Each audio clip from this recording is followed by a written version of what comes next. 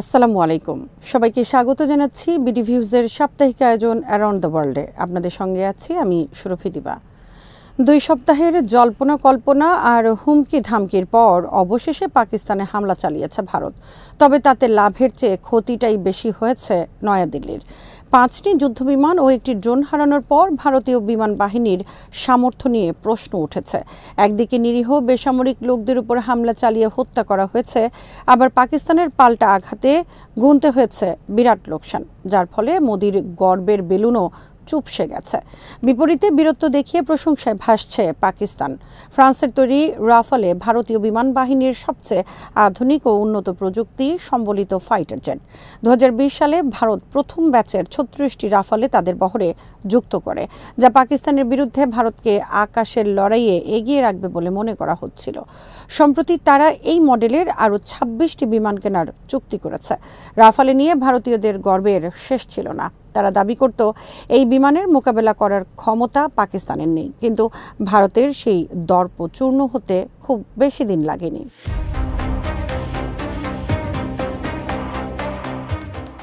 যুদ্ধের মাঠে প্রথম অ্যাসাইনমেন্টেই রাফালে নিয়ে আকাশে উঠতে থাকা ভারতকে আক্ষরিক অর্থেই মাটিতে নামিয়েছে পাকিস্তান। আকস্মিকভাবে পাকিস্তানে হামলা চালায় ভারতীয় বিমান বাহিনী। পাকিস্তানের কয়েকটি শহরে অন্তত 6টি বেসামরিক স্থাপনায় তারা মিসাইল হামলা করে। এই হামলা চালাতে গিয়ে পাকিস্তানের আকাশসীমায় প্রবেশ করেনি ভারতীয় যুদ্ধবিমান। তারা নিজেদের আকাশসীমা থেকেই টার্গেট করে পাকিস্তানি স্থাপনাকে।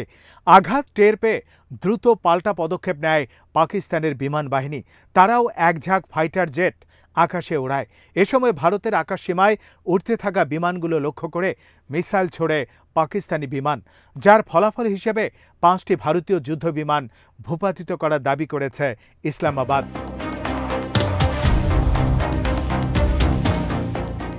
তারা জানায়, ভূপাতিত বিমানগুলোর মধ্যে 3টি ফ্রান্সের তৈরি 4র্থ প্রজন্মের রেফালে ফাইটার জেট এবং একটি রাশিয়ার তৈরি সু-30 ও মিগ-29 ছিল।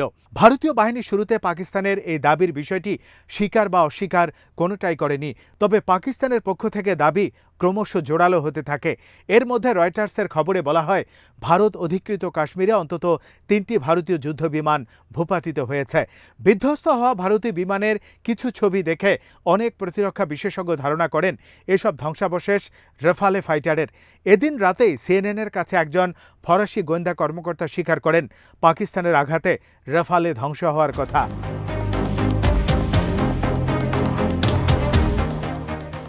সংখ্যায় যে কয়টি হোক, শত্রুপক্ষের গোলার আঘাতে রাফালে ফাইটার জেট ধ্বংস হওয়া একটি বড় ঘটনা। কারণ শুধু ভারত নয়, খোদ ফ্রান্সও তাদের এই সর্বাধুনিক যুদ্ধবিমান নিয়ে গর্ব করে। 2 ইঞ্জিনের মাল্টিরোল রাফালে একই সাথে আকাশে শত্রুর বিমানের সাথে লড়াই এবং স্থলভাগের টার্গেটে আঘাত হানতে সক্ষম। ক্রুজ মিসাইল, লেজার গাইডেড বোমা ও 30 মিলিমিটার কামান রয়েছে এই ফাইটার জেটে। 10 টন ওজনের বিমানটি যে কোনো আবহাওয়ায় কার্যকর লড়াই করতে পারে। তবে ভারতের হয়ে লড়াইয়ে নেমে প্রথমেই ভূপাতিত হওয়া বিমানটির নির্মাতা ও ব্যবহারকারীদের জন্য বিব্রতকর পরিস্থিতির সৃষ্টি করবে নিঃসন্দেহে। মধ্যরাতে হঠাৎ করেই পাকিস্তানে আক্রমণ শুরু করে ভারতীয় বিমান বাহিনী। একযোগে কয়েকটি ফ্রন্টে হামলা চালায় তারা। তবে হামলার সবগুলো টার্গেট ছিল বেসামরিক স্থাপনা। টার্গেটের মধ্যে অন্তত 2টি মসজিদও ছিল। আর এই হামলায় প্রাণ হারিয়েছেন 31 জন, যাদের মধ্যে শিশুও রয়েছে। বলা বাহুল্য যে নিহতরা সবাই বেসামরিক নাগরিক, কারণ ভারত কোনো সামরিক স্থাপনায় হামলা চালায়নি।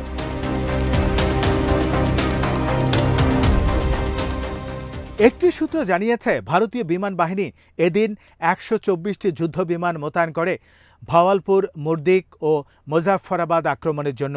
এর মধ্যে আজাদ কাশ্মীরের রাজধানী মুজাফফরাবাদ ফ্রন্টে যুদ্ধে অংশ নেয় 70টি বিমান, যার মধ্যে রাফালে, সু-30 ও মিগ-29 এর পাশাপাশি ইসরায়েলের হেরন ড্রোনও ছিল।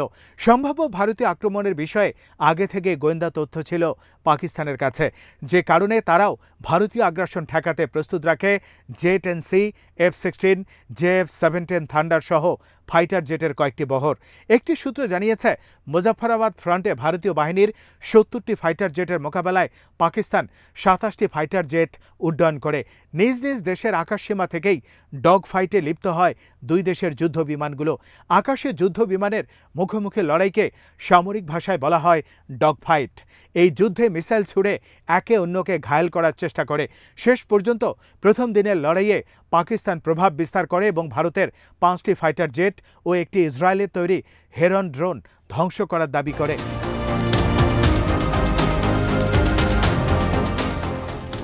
অনেক বিশ্লেষক মনে করছেন, পাকিস্তানে ভারতের এই হামলা ছিল সম্পূর্ণ খামখেয়ালি ও আগ্রাসী আচরণ। কারণ যে পেহেলগাম হামলার অজুহাতে পাকিস্তানের উপর ভারত হামলা চালিয়েছে, সেই হামলার সাথে পাকিস্তানের কোনো সম্পর্ক তারা প্রমাণ করতে পারেনি। পাকিস্তান শুরু থেকেই এই হামলার সাথে সংযোগ অস্বীকার করেছে এবং নিরপেক্ষ তদন্তের আহ্বান জানিয়েছে। কিন্তু ভারতের পক্ষ থেকে নিরপেক্ষ তদন্তের কোনো উদ্যোগ নেওয়া হয়নি, যে কারণে নরেন্দ্র মোদী পাকিস্তান বিরোধিতাকে কাজে লাগিয়ে রাজনৈতিক সুবিধা নেয়ার চেষ্টা করেছেন এমন অভিযোগ উঠেছে। কারণ ভারতের রাজনীতিতে পাকিস্তান বিরোধী ইস্যু সবসময় একটি বড় ফ্যাক্টর হিসেবে কাজ করে।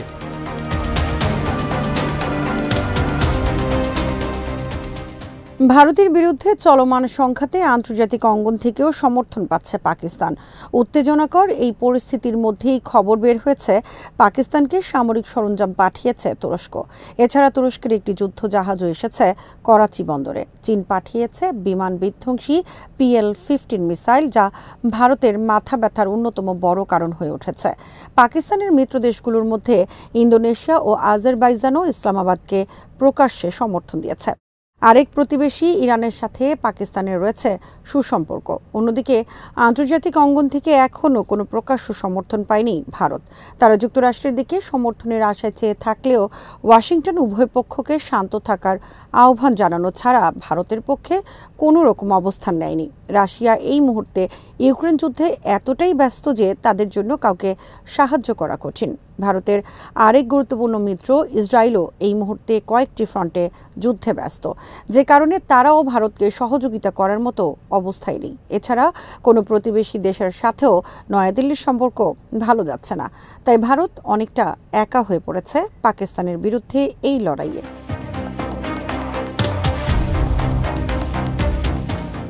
পাকিস্তান বলছে তারা তাদের ভূখণ্ডে ভারতীয় আগ্রাসনের প্রতিশোধ নেবে। এই প্রতিশোধ হতে পারে ভারতীয় ভূখণ্ডে পাল্টা হামলা। জাতির উদ্দেশ্যে এক টেলিভিশন ভাষণে শাহবাজ বলেন, ভারত আমাদের উপর হামলা চালিয়ে বড় ভুল করেছে। আগ্রাসনের জন্য তাদের মূল্য দিতে হবে। আমাদের চেয়ে অনেক বড় সৈন্যবাহিনী থাকা ভারতকে আমাদের ইচ্ছার কাছে হার মানতে বেশি সময় লাগেনি। তাদের গৌরবের প্রতীক 5টি যুদ্ধ বিমান পুরোপুরি ধ্বংস করা হয়েছে। আমাদের প্রতিক্রিয়া ছিল নিষ্পত্তিমূলক। আমরা তাদের মধ্যে যে ক্ষত তৈরি করেছি সেটি সহজে সারবে না।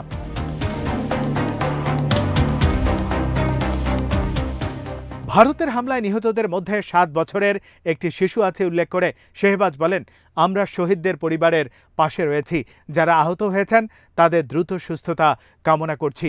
আমরা ঘোষণা দিচ্ছি, শহীদের প্রতি ফোঁটা রক্ত বিবেচনায় নেওয়া হবে।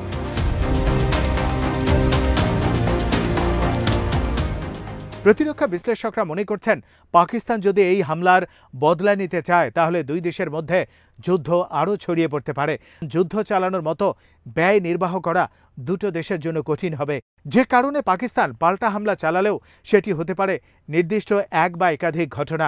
হয়তো এক বা একাধিক দফা বিচ্ছিন্ন লড়াই দেখা যেতে পারে দু দেশের মধ্যে।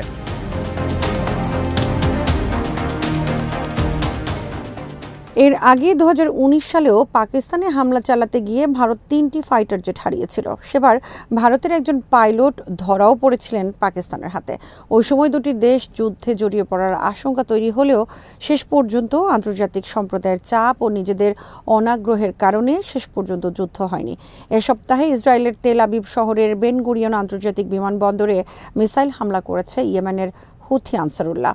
দীর্ঘ যুদ্ধে এটি ছিল হুথিদের একটি বড় সফলতা, কারণ এর আগে অনেকবারই তারা এই বিমানবন্দরটিকে টার্গেট করলেও ইসরায়েল প্রতিবারই হামলা প্রতিহত করতে পেরেছে। তবে এবারের হামলাটি ঠেকাতে ব্যর্থ হয় ইসরায়েলি এয়ার ডিফেন্স সিস্টেম।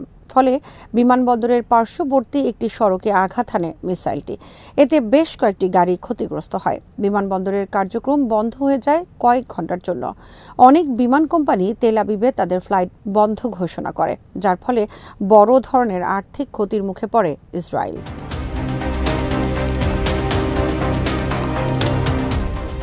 হামলার পরপরই ইসরায়েলের বেন গুরিয়ন আন্তর্জাতিক বিমানবন্দরে হুথিদের হামলার জবাব দেওয়ার প্রতিশ্রুতি দিয়েছেন দেশটির প্রধানমন্ত্রী বেঞ্জামিন নেতানিয়াহু। তিনি আরও বলেছেন, ইরানকেও এই হামলার পরিণতি ভোগ করতে হবে। এর একদিন পরে ইয়েমেনে হামলা চালায় ইসরায়েলি যুদ্ধ বিমান। অন্তত 20টি ফাইটার জেট ইয়েমেনের বিভিন্ন স্থাপনায় হামলা চালায়। এ সময় ফেলা হয় অর্ধশতাধিক বোমা। মুহূর্তেই ধ্বংস হয়ে যায় বেশ কয়েকটি স্থাপনা। বিস্ফোরণে ব্যাপক ক্ষতিগ্রস্ত হয় একটি সিমেন্ট তৈরির কারখানা। এসব হামলায় কমপক্ষে 21 জন আহত হওয়ার খবর পাওয়া গেছে। হামলায় ব্যাপক ক্ষতিগ্রস্ত হয়েছে হোদেইদা বন্দর।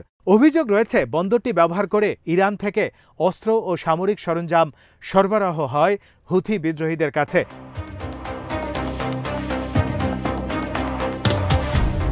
এদিকে পুরো গাজা উপত্যকা দখল করার একটি পরিকল্পনা নিয়েছে দখলদার রাষ্ট্র ইসরায়েল। এই সপ্তাহে দেশটির মন্ত্রিসভা এই বিষয়ক পরিকল্পনাটি অনুমোদন দেয়। পরিকল্পনায় গাজার 21 লাখ ফিলিস্তিনিকে দক্ষিণ দিকে সরিয়ে নেওয়ার কথা বলা হয়েছে, যা বর্তমানে চলমান মানবিক বিপর্যয়কে আরও তীব্র করতে পারে। প্রধানমন্ত্রী বেঞ্জামিন নেতানিয়াহু এই পরিকল্পনাকে ভালো পরিকল্পনা বলে মন্তব্য করেছেন। তার মতে, এর মাধ্যমে হামাসকে পরাজিত করা এবং অবশিষ্ট পণবন্দীদের ফিরিয়ে আনা সম্ভব হবে।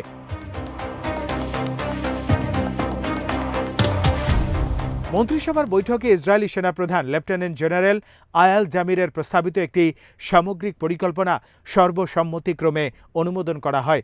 এতে গাজা দখল এলাকাগুলো নিয়ন্ত্রণ নেয়া, গাজার জনগণকে দক্ষিণে সরিয়ে নেয়া এবং মানবিক ত্রাণ কার্যক্রম নিয়ন্ত্রণে হামাসের ক্ষমতা নষ্ট করার কথা বলা হয়েছে।